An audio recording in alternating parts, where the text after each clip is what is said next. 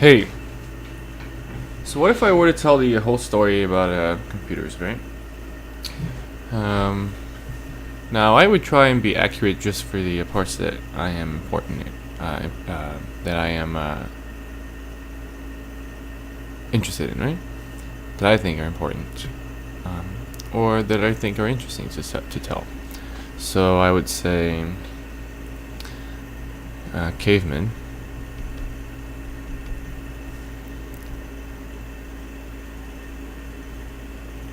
Found out that using pebbles, you can abstract away from pointing to animals and talking about animals and strategies to hunt them and kill them, right? So pebbles and arrows. So that's what they would do.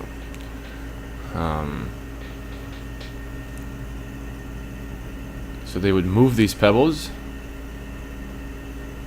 to say how we would get around the elephant, right? So they would have these 3 pebbles, and then they would move the middle one, right? And then they would put like an elephant here. So like this guy in the middle found the elephant. So now he's saying, well, we should be around the elephant like this. If we are like this, then the elephant cannot knock all of us 3 down.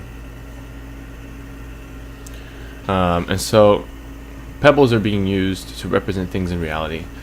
So, but that was the first abstraction. Okay, is the pebble for something. And then the second one, of course, was that they probably drew arrows to say, right? They would probably draw lines in the sand to say that a pebble went from here to here, right? I'm sure that only later on did they find out that they could do this. But so these, I think, were the first 2 abstractions.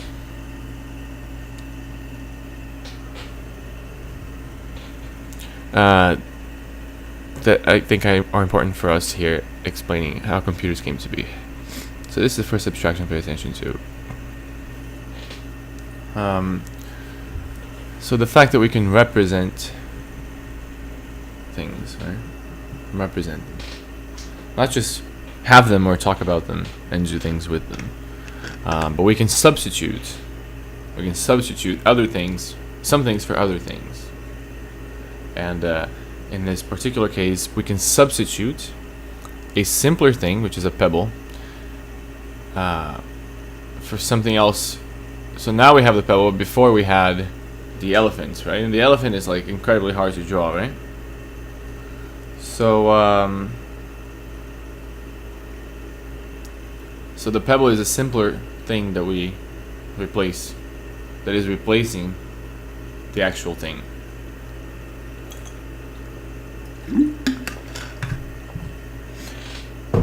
So now we can still talk about the elephant and how to go around it, but we save a lot of time because we don't have to draw unnecessary things, right?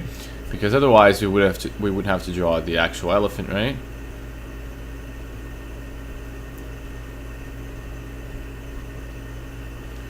And you know, all I have to do is say I'm going to draw an elephant, and you already know that anything I draw will look like an elephant somewhat, and you will make it look like an elephant if you want to help me, right? Or if you want to be with me here in this presentation, in this explanation, right? If you are paying attention, then you are going to see this, right? You're going to see the elephant there.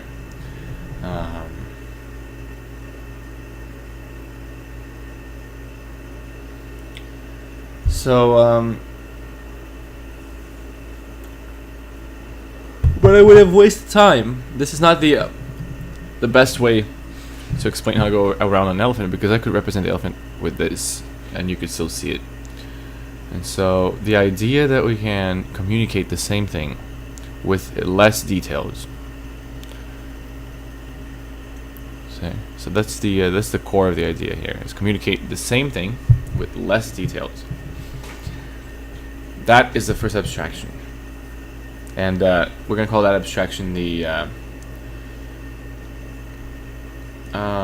thing arrow, I guess. I'll change thing later on, but I don't want to be stuck here. We're gonna we're gonna call it the thing arrow, because it found out about these two things, that it can represent the whole world in with two things, a thing and an arrow, right? And so on, composing those. Okay.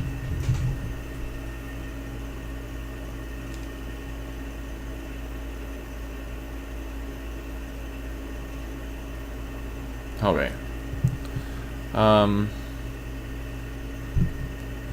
So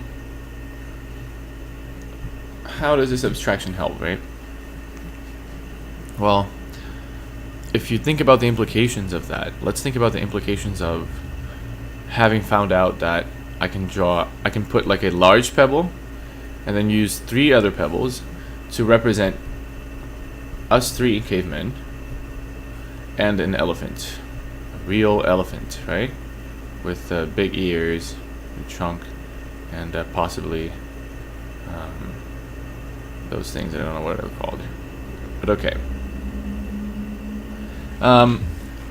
So this discovery that we can simplify things but not lose any information, any important information. So what does this make possible, right? How is that so important? Well, because if you take it to its extreme, if you take the idea to its extreme, the idea that we can simplify things, so not about pebbles, right? But the idea that, so let's abstract pebbles away, right? With things, and I draw like a cube because it's like a virtual object. That's how I think about it, because the cube is like you see in the movies, right? And it's always a cube. So the cube is the prototypical thing, right? And that's how I think of it. And so I use the cube here to represent anything, but also to represent all things. So all things go in the cube, right? And then I choose one to go there, and I select one. So I select one. So the cube contains all things, and then I select one. Okay? So the cube stands for anything. So, but all things, all things. So all things live there. So remember, the cube is the type cube, right? So the type cube. I'm sorry, the type thing. The cube is the type thing. And in the type thing, we have the pyramids, we have beach balls, buildings. Okay? Everything is in the type thing. And the cube is the representation of the whole type, of course, right? And then when I say, when the cavemen were saying the pebble stands for each person, and the big pebble, the stone, represents the elephant. Okay. When it did that, when it said that these things represent those things, what it did was it selected one possible meaning for that pebble, but the pebble before was representing anything. So imagine that we explain things to each other all the time as cavemen, right? You know that I'm going to reach for the pebbles to explain something. And so when I reach for the pebbles, you immediately think, okay, so he's going to talk about some things. Okay? So it could be anything. So I'm saying that we should see this as the pebble is all things at once, and then you select one. So it contains all things, right? It's the same thing. Because I don't want to say I assign a meaning to it. Okay? So I don't want you to draw X. So if you are using a pebble to mean an elephant, I don't want you to draw elephant with a Sharpie. Right? We're cavemen with Sharpies. I don't want you to grab a Sharpie and draw elephant on the pebble, because then this pebble cannot be used for anything anymore but an elephant. And we want to be more general than that. We want to just select one meaning for it, not assign one, okay? Because we want to be very general. If we assign one, then this pebble cannot be used for a tiger later on, okay? So you've ruined it. So now this is elephant only, and you've made the pebble less general. So before, the pebble used to be all things, but now it's an elephant, okay? And before, it used to be all things, whatever we selected. So we don't want to assign. So the proposal that I'm doing is that we think of the pebble as being all things at once, and then I select one, because the pebble is the modern day idea of the cube, concept of the cube, which is a generic thing that stands for anything that you might represent, right? Because anything you can put in a box, right? Even a tree, you know, a big tree, if you can imagine like a big box around it, and we can just simplify the big tree and say, okay, so here's a tree. If I don't really care about a draw as a tree, and I'm talking about how it falls, I can say, well, then it falls, and in the end, it's in this position, right? And you can understand how a tree falls, but I didn't have to draw a tree. This stood in for the tree. So this is a generic thing that I like to use to stand in for anything, which means all things. That's my proposal. Okay. So this is what the implication is of the cavemen having found out about this, right? About that you can simplify things. So that means that there's this idea of a thing and this idea of an arrow, which I've explained before.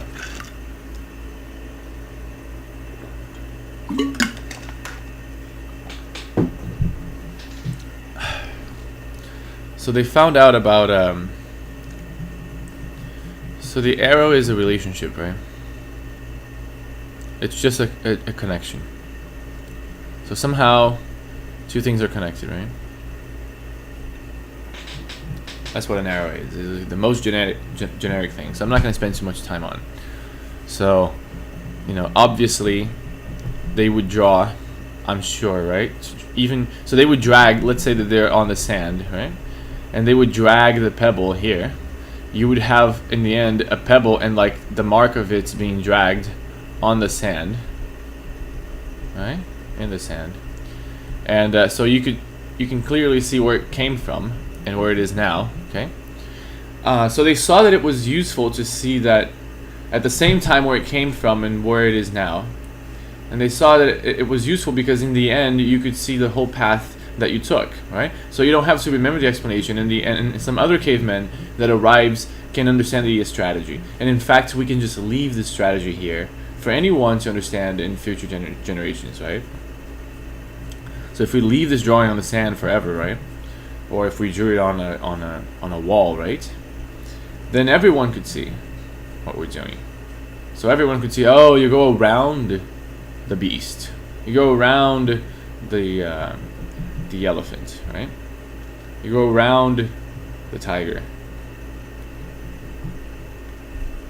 So they saw immediately, I'm sure, that it was useful that you could see all the steps you took instead of lifting the pebble and changing its position. Okay, so you have two ways to draw this as a caveman. So let's say I have these three pebbles, and I have the elephant pebble, right?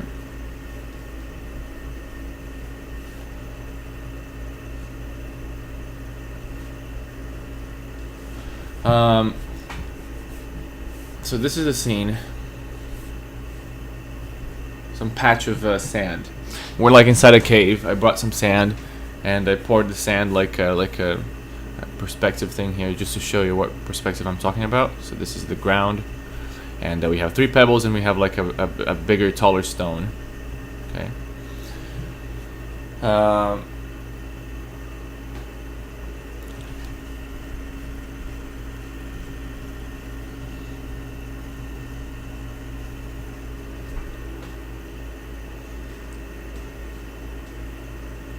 So the question is, what are the two different ways to say that the guy in the middle will come here, and it will end up here, and then to say that this guy should then go around and end up here. Okay, so what are the two ways? Well, one way is the one I just did, where I don't change anything, so I don't change the position of the pebbles, and I would simply draw on the sand. Drawing in the sand, I would draw in the sand the lines, so you could see clearly where things came from and where things end up, right? We would agree somehow.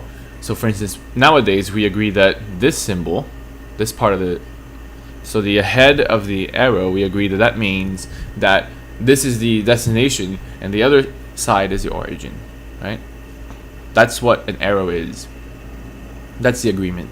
But I'm sure they had another one, and it doesn't matter because we're abstracting away that concept of there being an agreement on how to say what is the beginning and the end of a line that we draw that represents change. So, but you see, this is what is important, is because now you have an arrow that represents change, but you don't have to change the board. So no change is occurring here, but it talks about change. Do you see? Because this is literally what they would have been seeing, right? So let's say that they had this going on, and they're saying, okay, you know, the middle guy will go here, and the guy on the right will go here. Okay.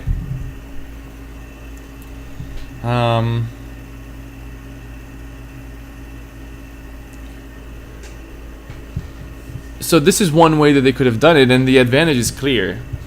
You could have missed the explanation, and someone, and then you come in and then you see this, you can still understand, right?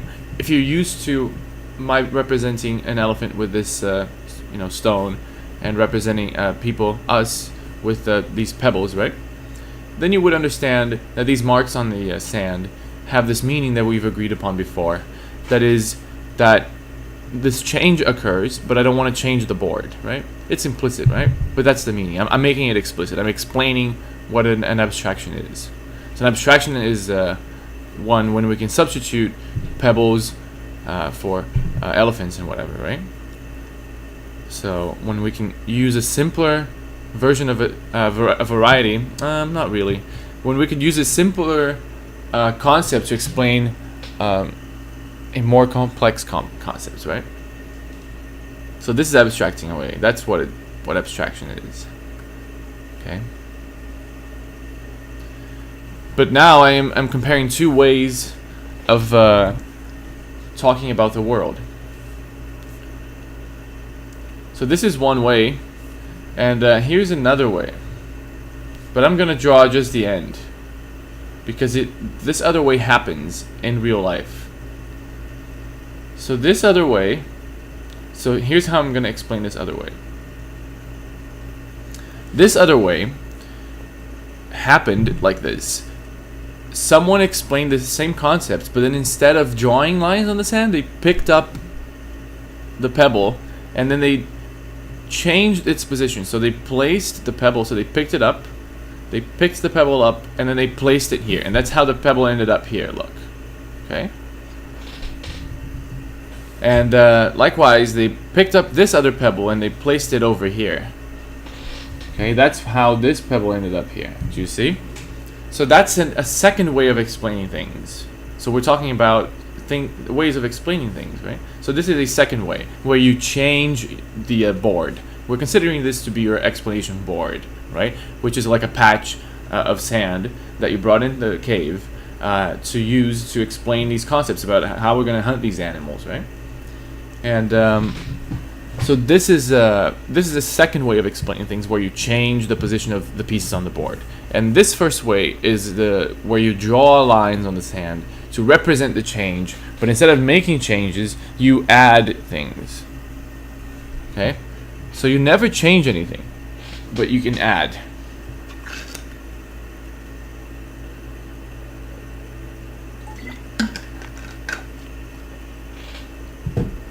Now here's the thing. This adding, as we've argued before, we don't want to consider this a change, right? Why? Because what is the truth is that, you know, in truth, if you're going to explain how to surround an elephant so that we can hunt it and kill it, if you're going to explain how to do this, then it's just the fact that before this pebble was placed here to represent where the middle guy ends up, before this pebble was placed here, it's just the fact that you were not done explaining. So, you know, the cavemen he was not done explaining. When he's done explaining, all the pebbles are in place, and then nothing happens. There's no change. Nothing gets added. So you can add because that means you can compose. So as you're building the explanation, you can compose these pebbles with these, using these arrows, right? So when you place this pebble here and then you have drawn this mark on the sand, you have made a relationship. Okay, so if you drag this pebble all the way over here, and now the line on the sand, the new position of the pebble, but just the fact that you can place another pebble here to make it clearer that it was here. This now represents a connection. Okay.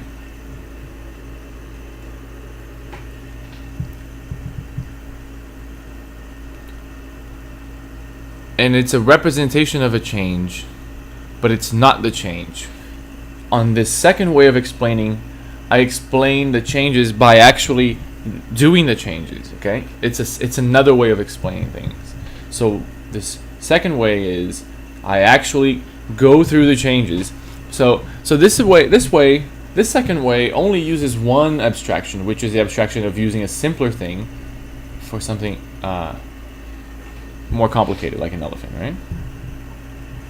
So this second explanation does use this abstraction, but the abstraction that it doesn't use is the abstraction of using marks on the sand, like arrows, and using more pebbles. So composing these pebbles. This is composition. The connection is composition. So it's missing out on this abstraction. This second explanation is missing out on this second kind of abstraction, which is, well, let's not actually move the board, move the positions of the pieces on the board. Okay, this is the abstraction now. This is the second one. Is instead of moving the things on the board, I can just draw how they would have moved, and that way we can see the whole picture at once, and it's more informative. So this is a second way of explaining things that is more informative. So that is what arrows are in their essence. They're used to establish a relationship between two things, or to connect two things, or to compose two things. Okay, it's a concept that is much more general than those things, right? But it's along those lines. It's a way to connect, or to compose, or to relate to things. So I'm going to mention here that a dictionary relates words to their meanings or their definitions, right? So you see, what does this arrow mean, right? Well, in the dictionary, the words are connected to their definitions. That's why you can go to a word and then find its definition. That's why it's useful. Or you can say, well, the words are related to their definitions. So there's a relationship, like a list, right? So there's a relationship like immediately there. So as soon as you find it, you find what it's related to, what its related definition is. Or you can say, the dictionary composes, so it puts together, right? So composes is, it puts together, and the dictionary puts together words and their meanings.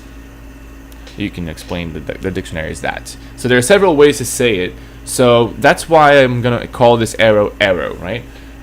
So I'm going to say that there's an arrow between things, and you can think of it as meaning, these two things are connected.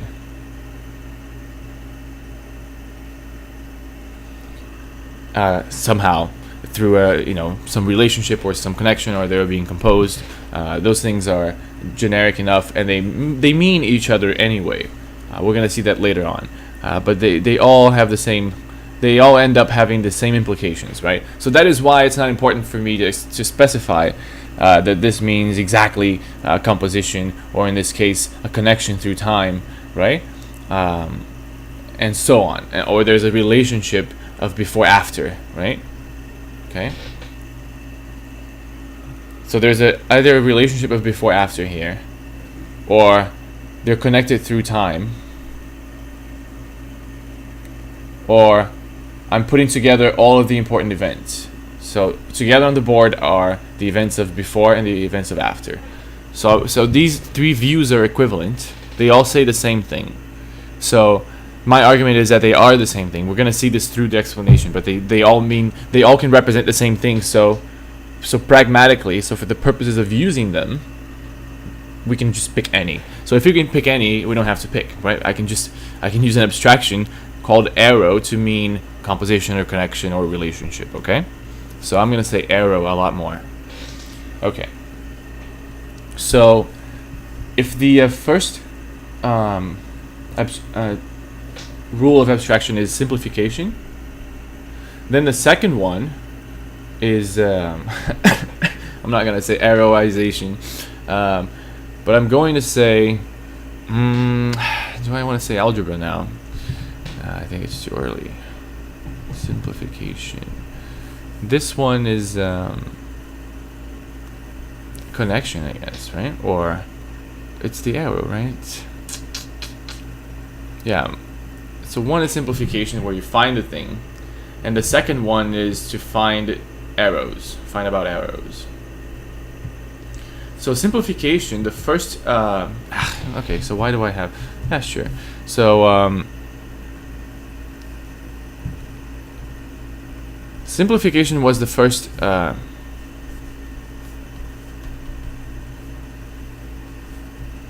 so simplification found the thing. It was the first abstraction. The second abstraction was dragging the thing over on the sand, in the sand, and finding the arrow. Okay, and the arrow stands in for a connection, and so it stands in. It replaces it represents an action in real life, or but it's only a representation, so it's not an action, right? So in the second way of explaining, things are actions. You actually move the pebbles on the board. But on this way of explaining, where we just draw on the sand, in the sand, and we place new pebbles, that way is just a representation of an action. So it's actually a connection, as we saw, or it's a composition, or it's a relationship. Those are equivalents, right? So connection, or relationship, or composition. The arrow represents that. So we say arrow for these three things because we saw that they're equivalent. And thing, sometimes I'm going to say element. But really, thing is a type. Okay, but this is more abstract even than the thing. So I start with the thing. But the thing is exactly the type. If we are to be abstract enough, but and more exact, right? So when I am more exact about the thing, we find out that the thing is actually a type. And a type is a collection. So the type thing. So thing is just one type thing. And thing has everything. All things are of type thing, because everything is a thing, right? And then we find out that this way of looking at thing, so to see it as a type, is more useful, because now I can say I want a type of round things where, for instance, live things like planets and golf balls and buttons. Everything that is round is of type round. So then they live here, and then they live in thing as well. But they live here, and then they don't live in some other type. For instance, type tall. I don't know, things that are tall, and maybe only some things can be of type round and tall at the same time.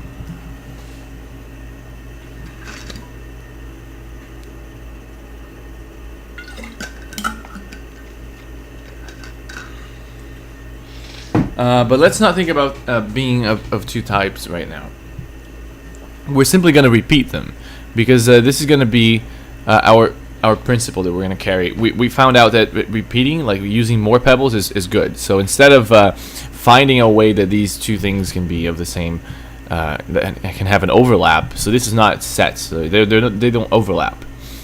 So I just put them here again. So if we have like a tall round thing, like a circular building, so that's tall and round. So it's simply the fact that I put it here and I put it here as well. That's all, right? So I just repeated. Okay. So a thing is really types. It's finding out that there are types, and it's just that thing was the first type that we found. So we found that we can use a pebble to represent anything. But then we found out later on that we can use round things to represent round things, and we can use things with corners to represent things with corners. And in that way, we become more specific and a bit more concrete. But we still have a category. So if we use, cornered things specifically to mean things in real life that we see as having corners, like buildings, and if I use circular things like a pebble to mean exactly circular things that I see in the real world, like beach balls, then now I am actually being more specific with my types. So this is a type of round thing, and this is a type of cornered thing, right? So that is why type is the more generic concept that thing is hiding. Okay, so that is why. But sometimes I say thing because it's more down to earth, right? But type is what it is really. So we talk about types and arrows. Okay, so that's what category theory is about. So that's what we're talking about here. So there are types and arrows, and those are just two ways that you can call them. There are several ways. You can call them categories, and you can call them morphisms. And then you have different names for the different levels where you're doing those operations, right? But here we're just going to talk about things and arrows, or types and arrows, because that's what is important, really. Okay. So these are the two first abstractions, things and arrows. Okay, so why is that important? How does that help us, that we know about things and arrows?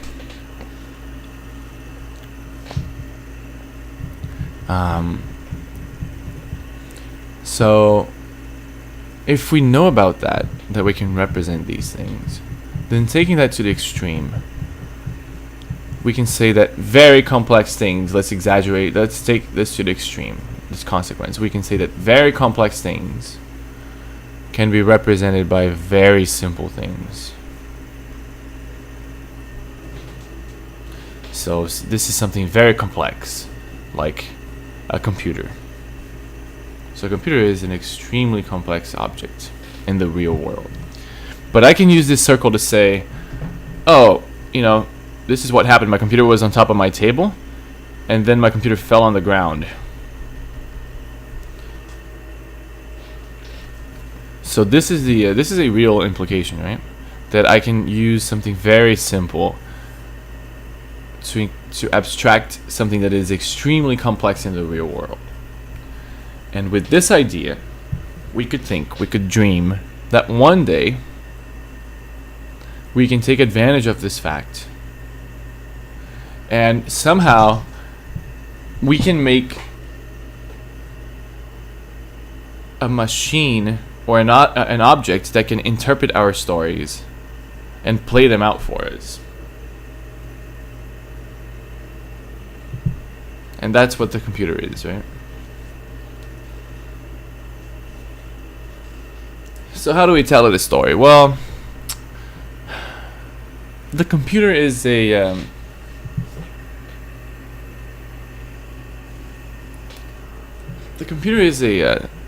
circuit, right? At its core, and this circuit uses gates. We'll see later on. This does not impact the explanation, but the computer uses gates to direct the path that the electrons will flow in a conditional way. So these gates, they're called gates because they can choose. They're like railways. Okay, they can switch and say, oh, now everything goes through here, and now everything goes through here, or whatever, right? So it should be a bifurcation, right? So everything goes through either here or here. So you can place switches. So the point of gates is that they're like switches for the railroads of electrons, right? The flow of electrons. So they can choose that. So they can conditionally guide the okay. So but nothing moves there, right? It's just that these switches switch back and forth to being one thing or the other, and that is why a CPU rarely has bugs, because nothing changes. Okay, these switches change, sure, but it has been agreed upon that it can only be these two things. So that's not really a change. It's just another one, right? So at any point in time, it is either this or this. Okay, it's not that this track moved to here. That would be a change. But no, they are always here. And then it's just that we switch something here. Okay, we switch something, and then now the trains go to this track, and then they go to this track. But the tracks didn't change. Nothing changed, right? Of course, the switch changed state, but we'll see how to deal with that later. Okay.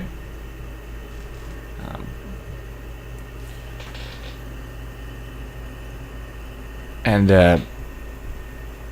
how the CPU deals with that is it connects the world to the CPU so that the world can then change the electrons. So that now you can think that the CPU doesn't change, and it's simply, so it is a machine, and then these electrons go through it, and that's what happens. So just like in the real world, the tracks don't change, right? And the trains go through it, and that's it, right? So changing the switch is the real world because it connects a person pulling a lever. It connects that to the change in the flow of tracks.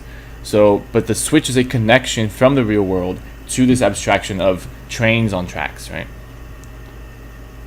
And in the same way, the mouse and programs, computer programs, so the hard drive and memory, are the real world that dictate that pass their electrons to the CPU, and then the CPU simply, does what those electrons in their order define that it should do, right? And it changes those tracks inside of the CPU accordingly. Okay, I'm not going to belabor this point, but I think it should be clear that it's like a railroad, and things don't change, but electrons flow through it just like trains flow through tracks.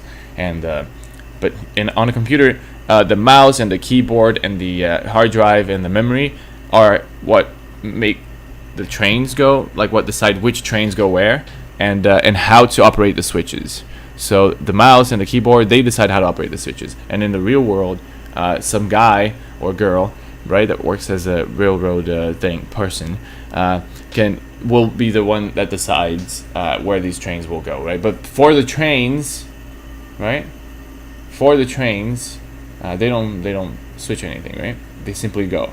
For them, it's always the same.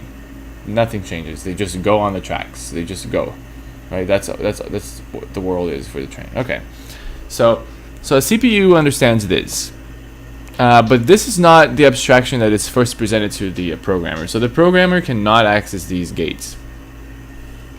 So when they build a computer chip,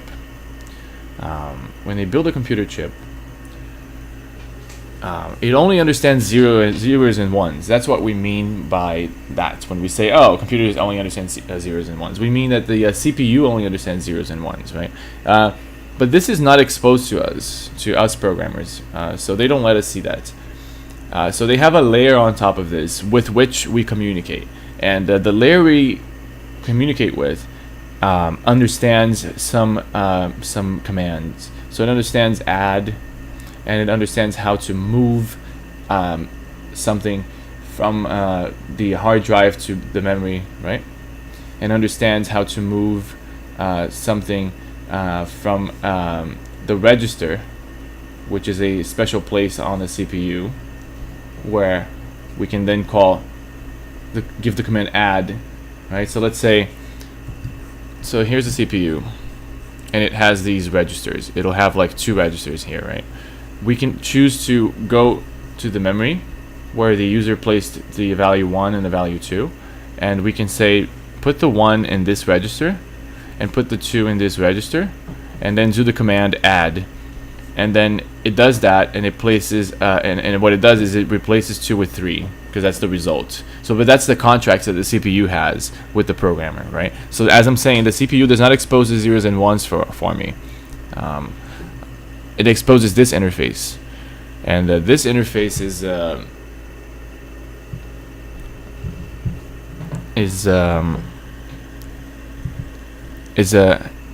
based on these contracts. It has a bunch of contracts with you. And so, for instance, the add contract is a command, right? But the command defines a contract. So it enters a contract with you, and then it says, I am going to, when you call add, I am going to add whatever is in this register with whatever is in this register, and then I'm going to place the result in this second register. That's the contract. But for instance, a command to divide two numbers, we'll have to use both registers for the result. So one will be the quotient and the other one will be the remainder, right? So that's how division works. It yields two results. So because it yields two results, gives two values, then the division command has another contract. So potentially for each of these commands, they can have a different contract, right? And so that's why the manual to learn assembly is so long, because there's so many rules that you need to know. You need to know how the CPU actually does its things, how the CPU actually does. So to learn assembly, the language to communicate to computers directly, is to learn how computers go about doing their things. It's very hard to learn one without the other, right? It would be very hard. So this ends up being the easiest path. You just grab the manual and you read through it, and you find out how the machine works because it's specified in the manual. And then once you find out how the machine works, now you can program in assembly.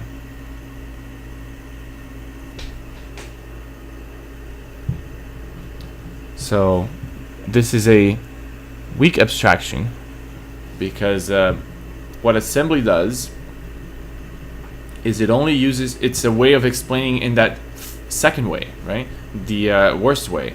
So it's a way of explaining it where I make changes in the world. So the commands that I give, like add, change the register. Look, they change the 2 to 3 because these contracts, the machine is constrained. It can only have a few registers to work in, and they cannot work directly in memory, right? It needs to transfer these things from memory to its registers, and then work on them, like add or divide them, and then it needs those registers again to put the result in. So it's changing the world all the time, and these commands that I am giving when I'm programming an assembly, like move this thing from memory to and then add them, right? These commands, they therefore have a direct mapping to the changes in the real world. So I can say that they are changing the real world because when they execute, the computer understands them perfectly. And when the computer sees mauve, it moves something in the real world. And when the computer says add, it changes the register in the real world, right? So this command, when I'm programming, I know what add does because I'm going to fetch the results from this register. So I've already read in the manual. So if I know how it works, then when I'm coding, I am aware of the fact that after I do add, the result will be in some register on the CPU. And so I will know, oh, some register will have changed. So now when I'm programming, in my head, as a programmer, I need to know that the next instruction, the next command that I'm going to give after add,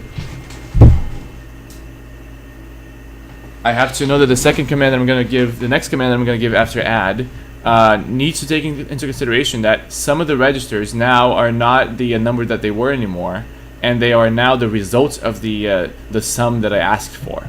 Okay, so as a programmer, I have to keep track of these changes. So this is really bad because you have to pay so much attention, and then you're so much prone to bugs, right? So whenever you have a lot of change that you have to keep track of, then you're prone to bugs. Okay, and the reason why the CPU I'm sorry, this is not the CPU. But the reason why the CPU is done in terms of gates, okay? I'm sure that's not the reason, but I'm saying here that the reason is that it's bug-free. It can be bug-free, okay? If it's not, it's just their laziness, right? But they could prove these things, right? If they wanted to, if they cared for. But these things are provable. So the reason why they don't have bugs potentially, but rarely do they ever, is is that they're not done in terms of changes. They're not done in terms of changes. So nothing changes. Electrons flow through their paths, okay? And but the definition of where the switches are is already in the CPU. They're not added or subtracted or changed. So the switches are where they are, and that's it. So the gates are where they are, and the gates don't move, and they don't change position. And it's just that depending on the input, you get a different output. That's it. But it's a very complex machine that gives you outputs depending on your inputs, right? And in just a certain way. Okay. So we can say that this is a perfect map. So a CPU is a perfect map because depending on an input that you give it, it'll give you an output. Okay. So that is why it's bug-free, because it's a map. So for instance, a dictionary is bug-free. So, and this is why I say that it's potentially bug-free, and it's just not because of some error, right? So, for instance, if on the definition of ball, you have a square thing, right? That's wrong. But that does not mean that the concept of the map is just someone implemented, there's a mistake here, right? That's all. But the map does not have bugs in the sense of after you add, maybe you forget that the number 2, you know, if you add 1 and 2, then, you know, this becomes 3. But now you still think that you have 2 here because you put 2 here. You moved the 2 to here before. Now it will be a bug if you forget that you did this and then you do some other operation thinking that this would be 2 and now it's a 3.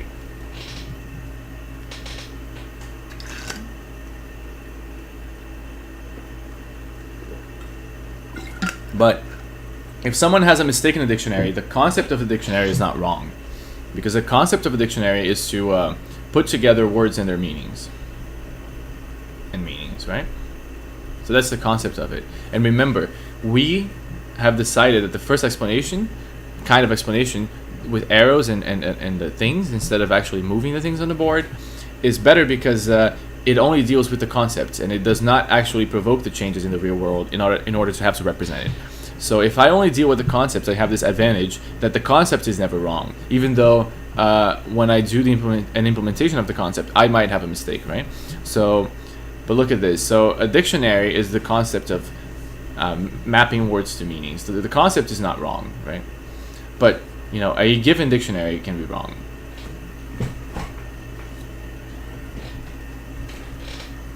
But we only deal with concepts. Okay.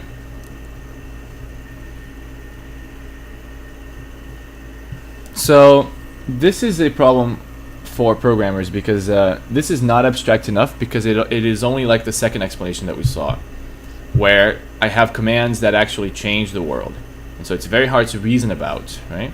Because I have to keep track in my head because I cannot see, or I have to read everything, and then so I have to read all the code that I've written so far, and then put it all in my head and understand where I came from. But I have to have that in my head, right? Even though the code is written here, but the code is not explaining what each step is. What it's doing is it's changing the world at each step, and so I have to read the code and then put it all in my head to see, to understand where it came from, right? So that's the second kind of explanation that is more primitive because it does not include the concept of an arrow. But when we have arrows, then that is a better way. So let's try and get to arrows, right? Because this is awful. So procedural and OO never improved on this because they still have change. And as we saw and as we're arguing here, we don't want to be in this kind of second explanation. We want to be in the kind of first explanation where you draw arrows and you add pebbles, and then the whole thing is there for you to look at. You can look at the whole thing at once and not have to have in your mind you know, the state of things and how we got here and how everything changed and what things look like now, right? So that's the problem with this kind of programming for the CPU, is that when you read you know, one place, you don't know what happened before, and what happened before can have like consequences in this. But in this first kind of explanation, that is not the case, right? So everything is represented at once, and nothing moves, but there's a representation of a move. Okay. So, OO in procedural programming, object-oriented programming, and procedural programming never improved on this. Why? Because they still do commands. They make commands, issue commands to change the world, right? So an object can be issued a setter method, right, to change itself. So if an object has a color blue, then you set the color to red. Now the object will be red, right? Or red, if you will.